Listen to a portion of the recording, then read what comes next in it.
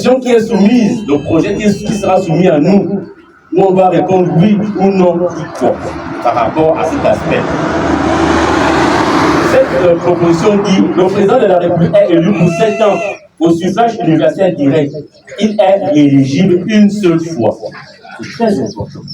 L'ancienne constitution dit le président est rééligible une fois. Donc, il peut faire 1000 mandats. Mais or, la nouvelle constitution que nous allons voter samedi dit le président peut faire au plus 2 mandats.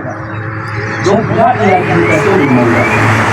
Et l'avantage de la limitation des mandats entraîne ce qu'on appelle l'alternance démocratique au sommet de l'État. Ça veut dire, nous qui sommes nés, nos parents sont nés, on vu Bongo père, il a fait son temps, nous on est arrivé, on a vu Bongo fils. Et si les militaires n'étaient pas intervenus le 23 août, il est fort probable qu'on oublie d'aller arriver en 2020. Est-ce que vous comprenez?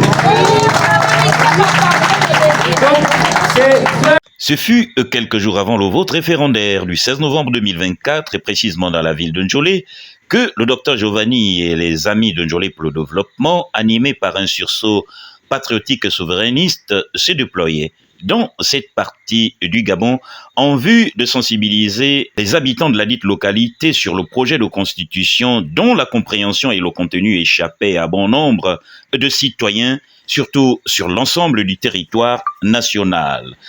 Les organisations de la société civile, regroupées au sein de la coordination de la société civile pour le référendum constitutionnel, en tenant compte des enjeux de l'heure, entreprirent de mettre un terme à un suspense, en initiant des campagnes de sensibilisation de leurs concitoyens sur le contenu du dit projet, après sa rédaction par des constitutionnalistes, tous de nationalité gabonaise. Une campagne de proximité ou le porte-à-porte, stratégie adoptée pour une meilleure approche, a permis au docteur Giovanni et les siens d'atteindre l'objectif escompté.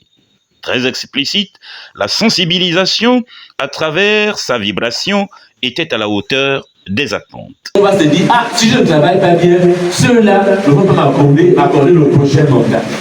Est-ce que vous comprenez? Ça là, ça n'existait pas avant. Quelqu'un disait, ah, tant que mon président aussi en haut là-bas, il est élu, et mal élu ou bien élu, tant qu'il est là-bas, moi aussi je serai là, Bunda, suivez mon regard. Donc c'est très important, la question de l'alternance. C'est l'un des articles très importants. Mais ils ne sont pas arrêtés là. Ils ont dit, ah, nous sommes des bambous. Comment le président de la République, il y a un pays bambou, un pays qui a beaucoup de traditions comme ça, il va prêter serment, il ne parle même pas de nos ancêtres, il ne parle même pas de Dieu. Est-ce que ce ne serait pas bien qu'on mette ça dans la Constitution? Le docteur Giovanni et les amis de Njolé pour le développement, promoteurs de leurs us et coutumes, ont dans l'unanimité déploré la dépénalisation de l'homosexualité par le pouvoir déchu en rassurant que le projet de constitution suggéré mettait désormais un terme à ce délire. En 2018, ils ont dépénalisé l'homosexualité. Quand on dépénalise, c'est qu'on autorise les gens de même sexe. Est-ce que c'est normal? Mais la constitution que vous allez voter samedi, elle dit quoi? Elle dit au Gabon, on accepte, on autorise l'union entre deux humains de sexe différents. Est-ce que ce n'est pas bien? Acclamez, s'il vous plaît. À la gare, comme lors de la campagne de proximité, les habitants de Njolé qui ne disposaient d'aucun élément de cette constitution ont pu s'équiper, se doter de l'armure nécessaire favorable à une sortie véritable de ce sous-développement dans lequel les y avaient plongé les fossoyeurs de la République.